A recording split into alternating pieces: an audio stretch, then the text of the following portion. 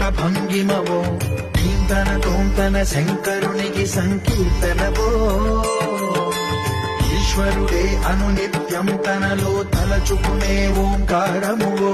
శివ హృదయం కరిగించే ఆ పంచాక్షరివో నీ మదిలో మహాదేవుడు